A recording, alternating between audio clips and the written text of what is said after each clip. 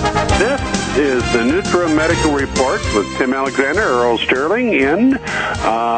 Today, I'm usually on today with Dr. Beldeagle. He's taking off the rest of the day to be with his family.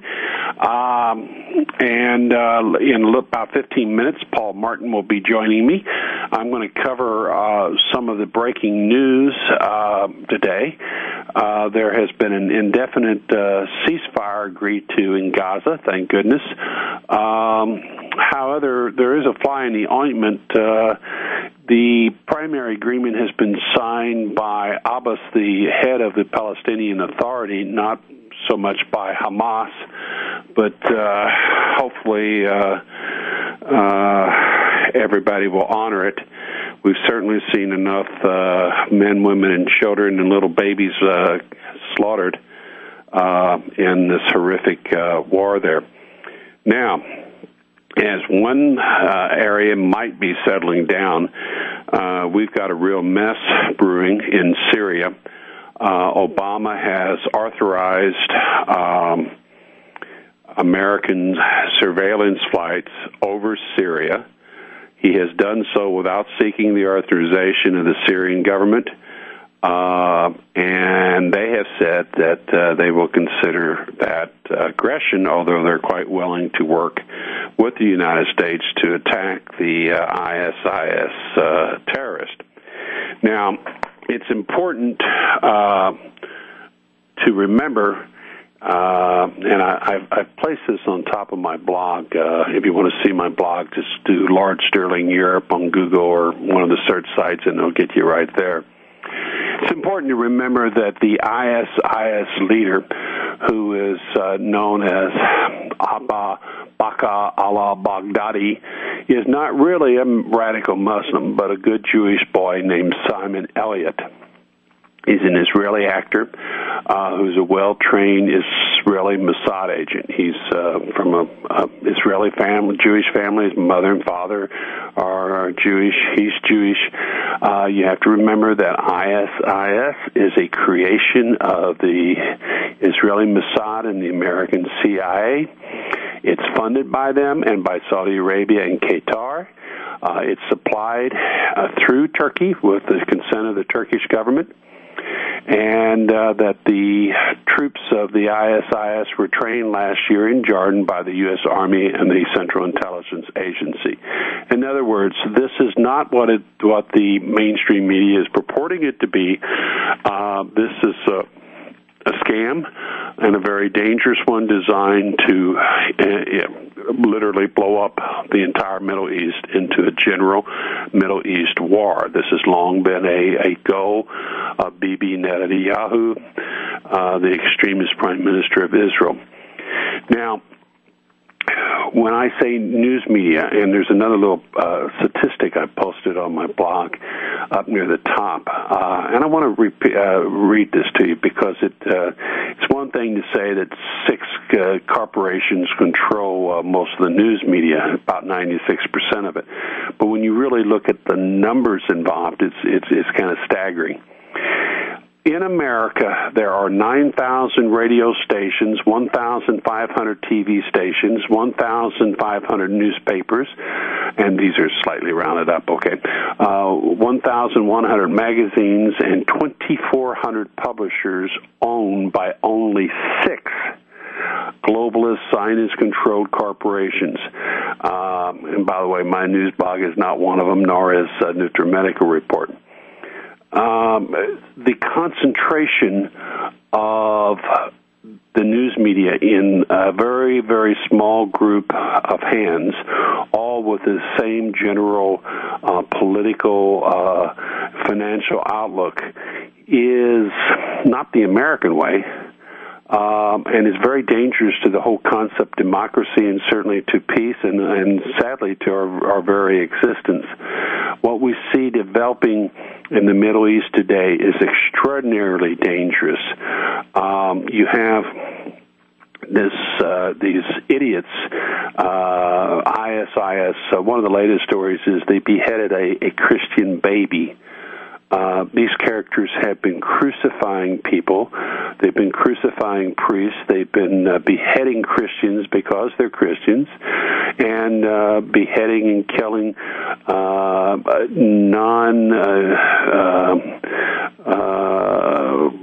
non-Shiite or non-Shia Muslims and other people who are neither Christian nor Muslims. But one thing they have not done is said anything against Israel. They have not supported Hamas or the Palestinians, and of course, why should they? Because they were organized by Israel and the United States, and they're led by a senior Mossad operative. But we're not being told that by the mainstream media. They are literally part of what they're doing is an attempt to paint the Arabs and the Muslims in the most extreme manner possible.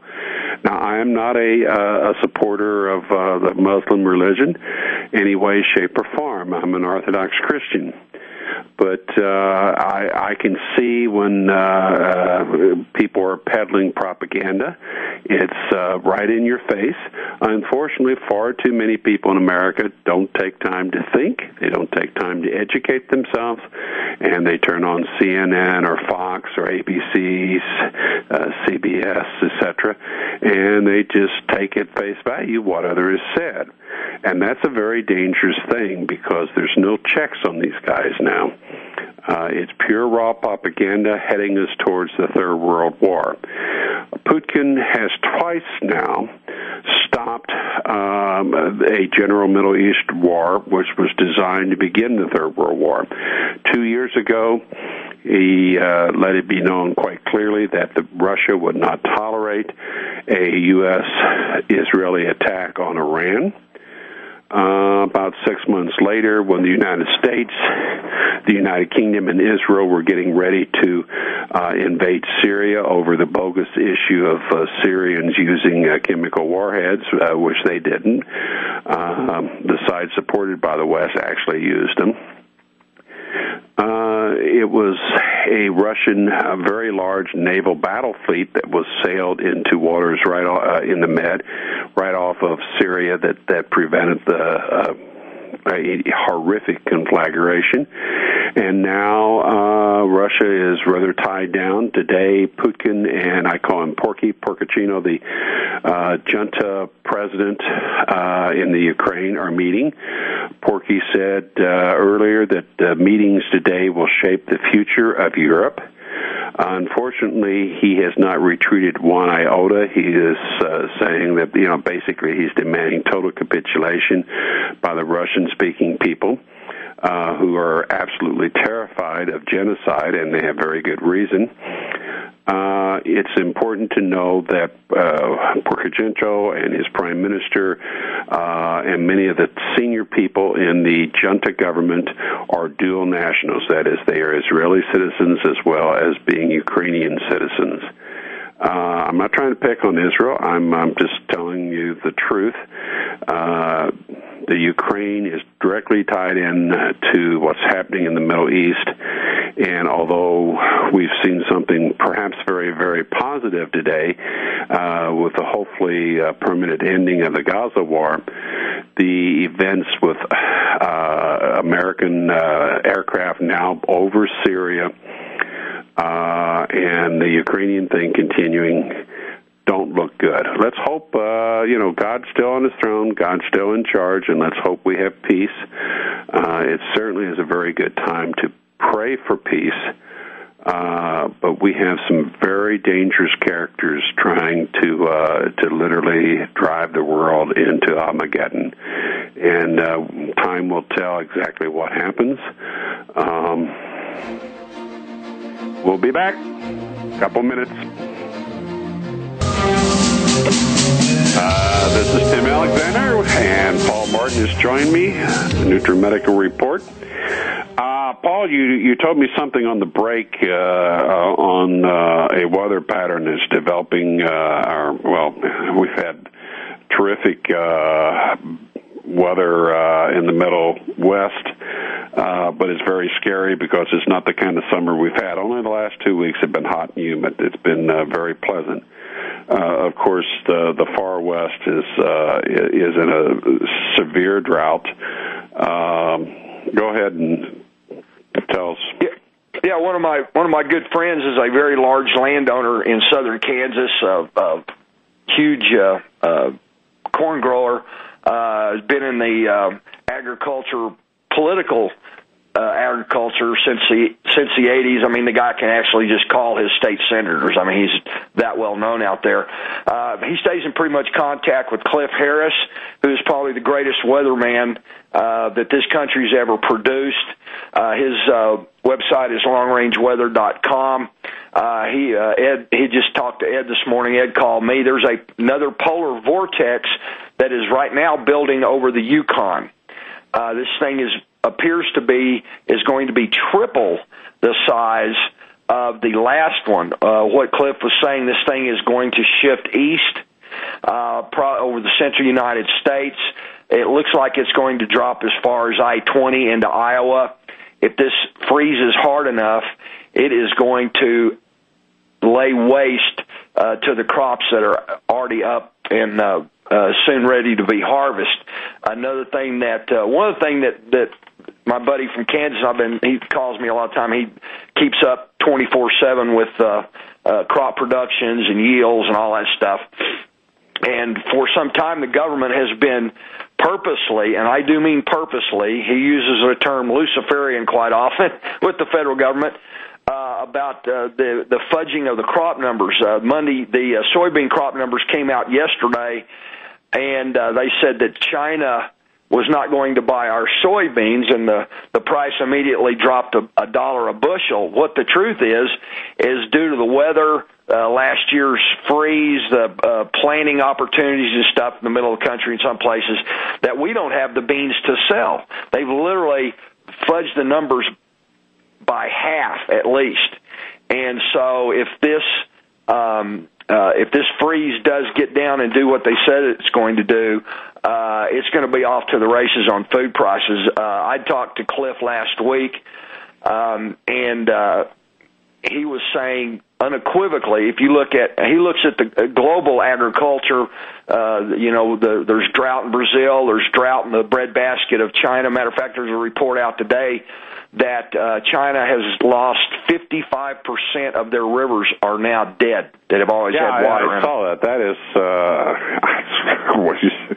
what can you say when you read something like that? Wow. Yeah, and but Cliff said due to global production, due to global droughts, someplace flooding, which is damaging crops, he said we will be in a full-blown famine no later than the second quarter of 2015.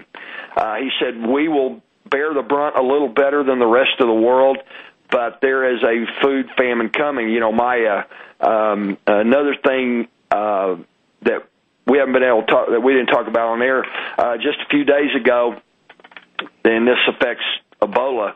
A year and a half ago, my East Coast source said bioweapons are going to be the weapon of choice they're going to use on us.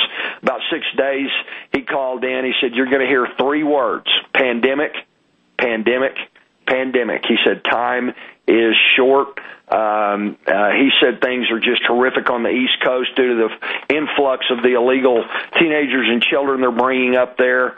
I had a call from California, a lady that is a security officer in and around the Lake Elsinore area, and the numbers of illegal children there that don't speak English, the scabies, lice in their hair is just terrible. But back they're to this, also bringing in a lot of MS-13 characters that some aren't even teenagers, but some are 16 and 17, and these characters are well trained, well armed. They actually hunt cops. If they find a cop gives them too much trouble, they'll go after the cop and his family. Oh, absolutely. No, they're definitely, I mean, the drug cartels, and they're kind of using the MS-13 for the muscle on the border and coming across the border. But the reports that ISIS and the cartels have been getting all kinds of warm and fuzzy over the last few months. And with Dr. Jim, I interviewed Dr. Jim Garrow a couple of weeks ago for 2 hours, and his sources are telling him that there are going to be mall-type attacks that happen in Africa. And they've been warning us about IRS attacking us in the United States, and these people, these lying so-and-sos that are saying that, they know darn good and well that ISIS is our creation. We control them, but they're trying to scare us, and they're trying to drive us into a nightmare. Well, there was I want to read about 2 paragraphs here that was out of a story in Veterans Today yesterday, and it kind of hits the nail on the head. Let me begin, if I can. Certainly, the name Department of Defense should never have been assumed, since top quasi-government policymakers repeatedly have drawn the American military into perpetual wars of aggression that were illegal, unconstitutional, unprovoked, and undeclared, and which used the American soldier as disposable cannon fodder to generate massive profits. These world Zionist scum appear to have lost their souls, or perhaps never had any in the first place. They care nothing about human life except their own. And this is real important, some insiders believe world Zionism is not even human anyway, but an evil, Luciferian-based, exceedingly toxic death cult virus plaguing mankind.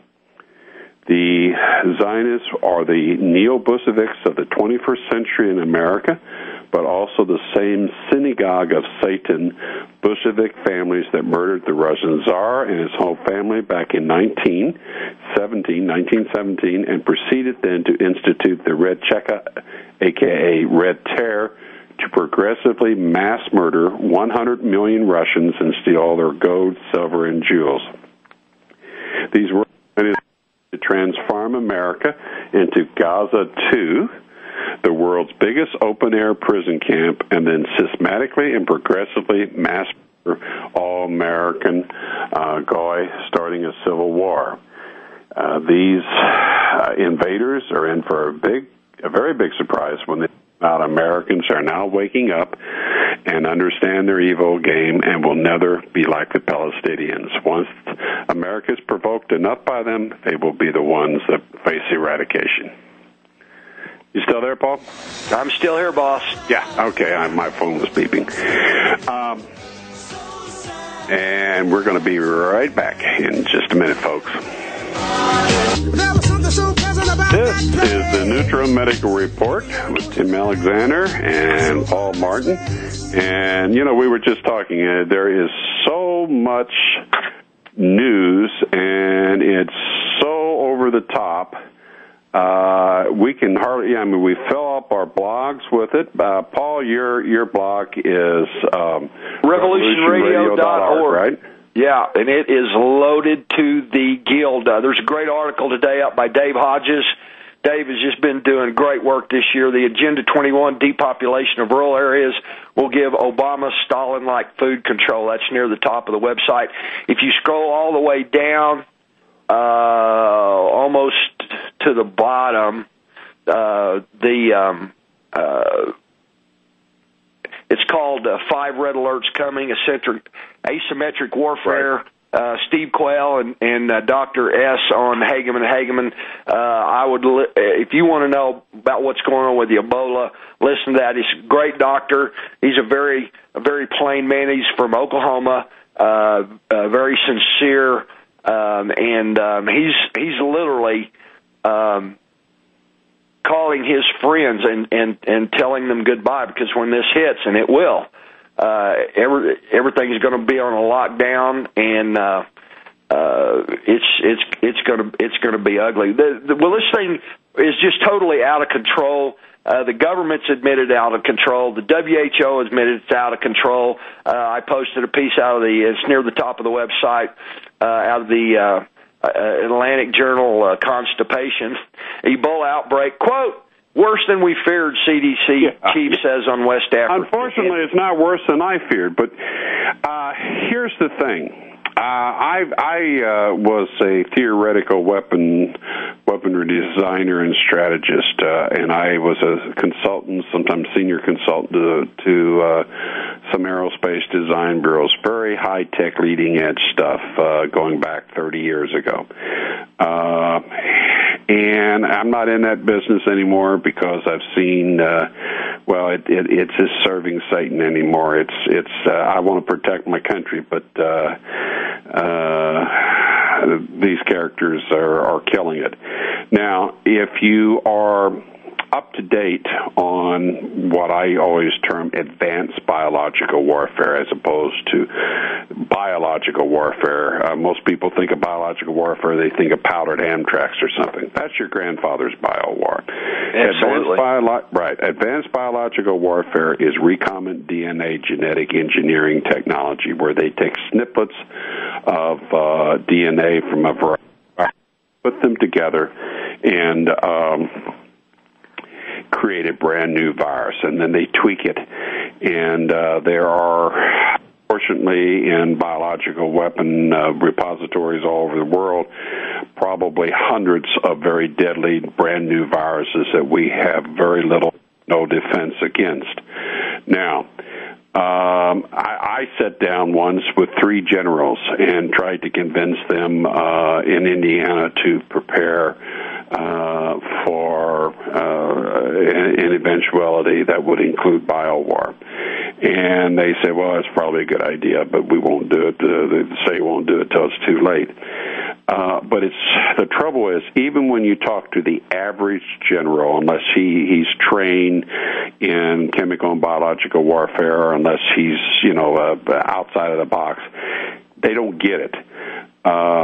Biological warfare, when I first started looking at this stuff, I said, oh, my Lord, this is the equivalent or worse than global strategic thermonuclear warfare. And unfortunately, if you look at the Bible, the book of Revelation, where it talks about a third dying of wormwood, which wormwood is the word for Chernobyl, in other words, a third dying of radiation, a la Fukushima and nuclear war, and another third will die of plague. Well, what would be plague? It was biological warfare. And I've been calling on my side, and Dr. Deco has, Ebola Red Death. I'm a historian also, and Black Death, bubonic plague, in the Middle Ages killed between half and 2/3 of the population in Europe. And we may be looking at an event like that, and very soon. And our response to this has been horrific. They're putting the caretakers, the physicians and nurses are dying right and left. But when you look at pictures, they're wearing gowns, they're wearing eye protection, they're wearing masks that are probably fairly good, little face masks. They're wearing disposable suits, and they're wearing gloves. They tape them up and they tape around their shoes, and they're wearing stuff over their boots. But that's not enough. That won't get it when you have a level 4 advanced biowar virus.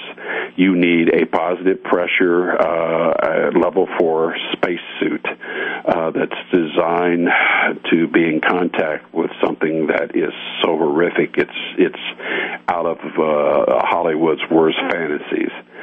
Well, the one thing that from day one, I follow tons of. Reason I was on John Moore's show earlier this morning.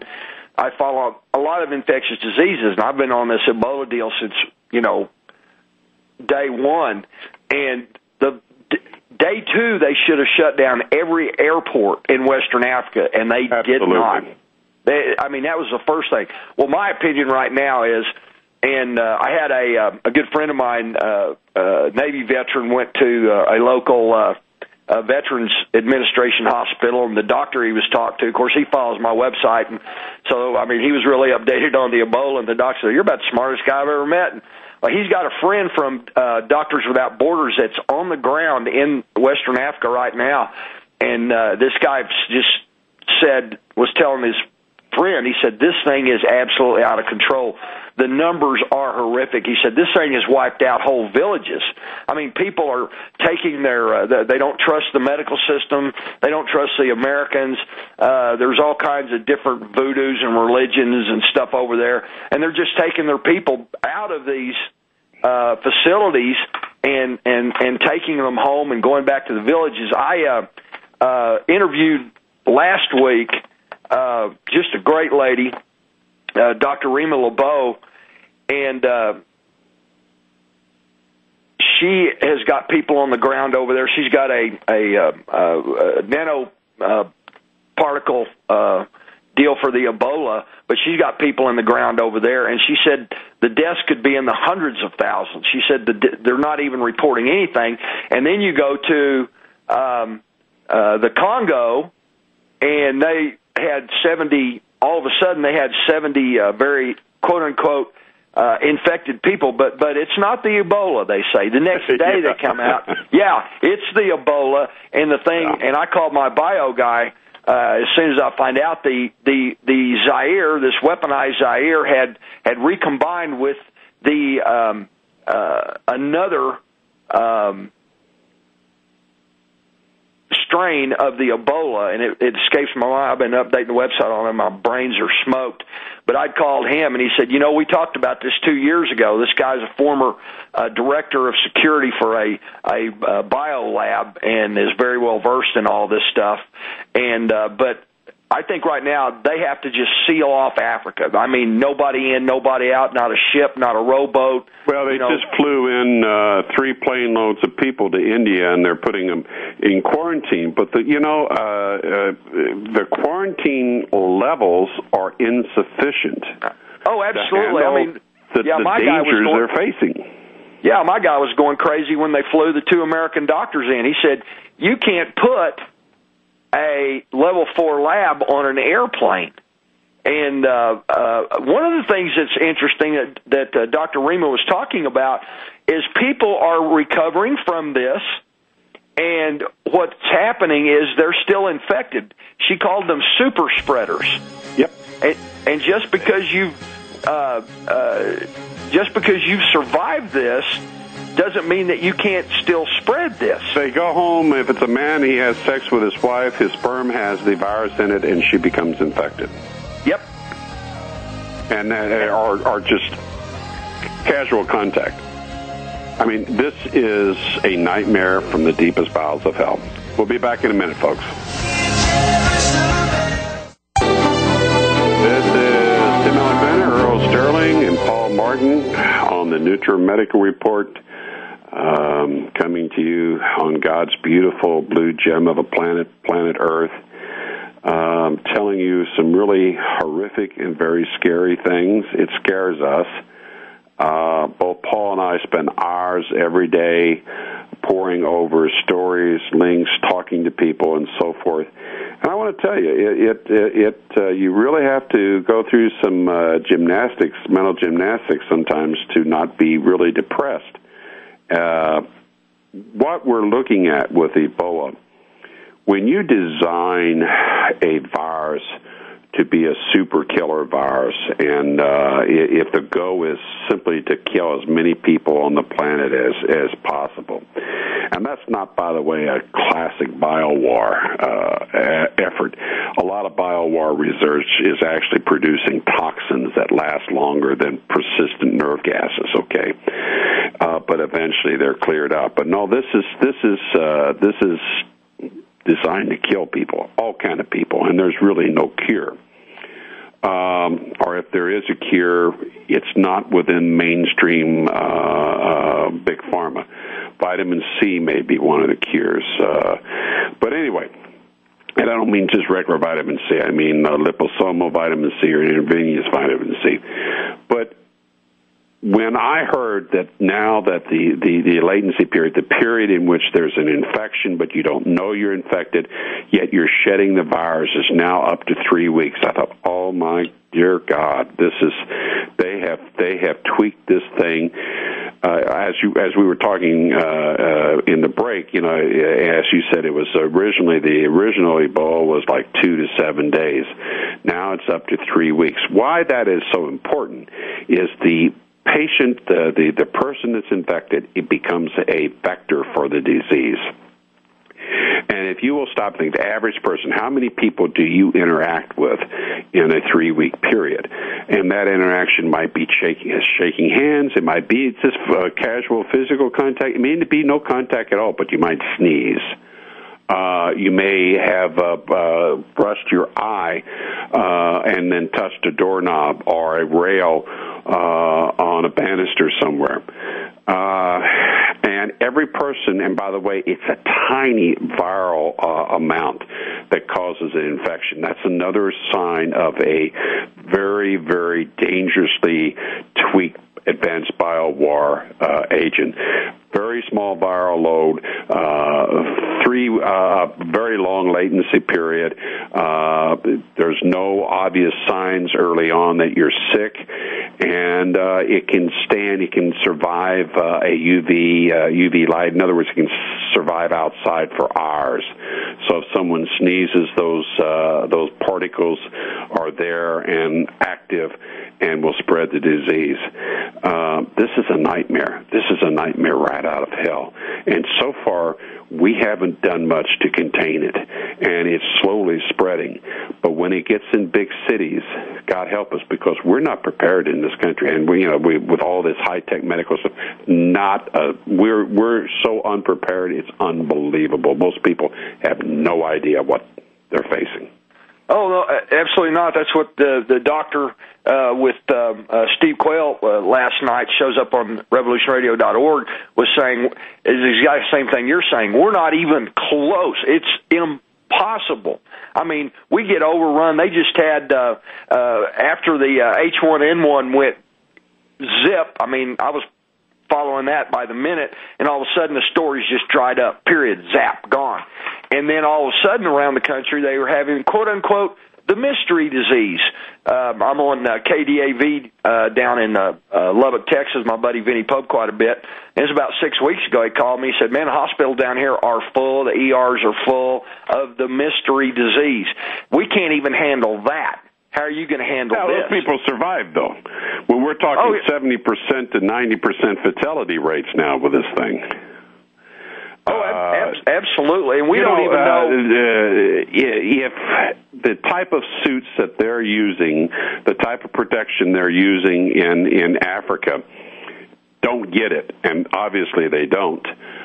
You require a level 4 positive pressure biowar suit. Sorry, Charlie, there's not enough in this country to even provide 1% of the ones that we really need if we face a pandemic. No, there's in Liberia, I haven't put the story up yet, there's so many of them, but they had to shut down a laboratory in Liberia because one of these guys in the best suits they got sick from the Ebola. Yeah. They had to shut down the whole lab. That means that if the viral load, the amount of viral material that causes infection is very minute. And it normally doesn't happen that way in nature. This is clearly, from word one, was always a genetically engineered virus. They pulled it out in various places in Africa from time to time to try to establish it, to paint it as a naturally occurring disease. But the problems with that is, of course, now what's showing up now that's so lethal is very different. But they've never been able to find the natural host. There is no animal that this is residing in. They've spent millions trying to find. It's a biowar agent. It was created in a lab. And that, by the way, also leads us to something that's very scary, because it's way beyond simply this virus. That means that there is a entity, probably the globalists, the Luciferians, but there is an entity that have a great deal of resources that have deliberately not only tweaked this virus, but released it on the human population. Well, we're running out of time here. Let me tell you one thing, Doctor. When I had interviewing Dr. Rima, that the Doctors Without Borders is supported by the usual suspects, George Soros and Bill and Melinda Gates. She was saying, do you know how this virus started? And I said, no. And she said there was 3 villages to the east of the capital of Guinea, and they had told the people to come in and get their vaccines, and they did. And they were told 2 weeks later to come back and get your second vaccine. Well, shortly after these people marched through the jungle for half a day, whatever it was, and back into the capital, a week or two after that is when this started. So you're right, and this was planted inside the human people to get going, to get active, and it is. So that's how it started. And you know, even if you're the monster that you think you're going to eliminate a lot of, quote, unnecessary eaters, end quote, by doing this, reducing the population of the earth from 7 billion to under 1 billion, and you've got a vaccine, let me tell you something about genetically engineered viruses. They're unstable because they haven't had the years of exposure to the wild. And you can run computer simulations, but there's an old saying about computer simulations, trash in, trash out. You don't have the data to predict what's going to happen to the virus when it hits everything that's out there. Okay? When you test it in a lab, you can't begin to predict. So if you're some billionaire that thinks he's going to hide in his bunker till most of the people are dead and you're going to come out like some lord and high master, sorry, Charlie, but your virus, your vaccine to that particular virus may very well be worthless. Oh, absolutely, yeah. When these things get out, there's so many things out there that they can grab onto. I was talking to my bio guy shortly after the border. We don't have a border, but all the people from Guatemala and Honduras and Mexico coming across, bringing the TB and everything. We was talking about the TB, and we're talking about Western Africans being brought in with a few words of Spanish. And he said, I'll tell you something you don't know. And I said, what's that? And he goes, the TB and the Ebola can recombine with each other. Oh, that's nice. And the TB this drug-resistant TB is very, very easy to catch. He said if that happens, he said, God help us, he said that thing will go hot. In 2 to 3 days, the death rate will be bare minimum 50%, and it will spread literally like a prairie fire. You said something very important, God help us, because that's we better get right with God and pray. Absolutely. Because, we have Luciferian death cult that's determined to kill most of us off.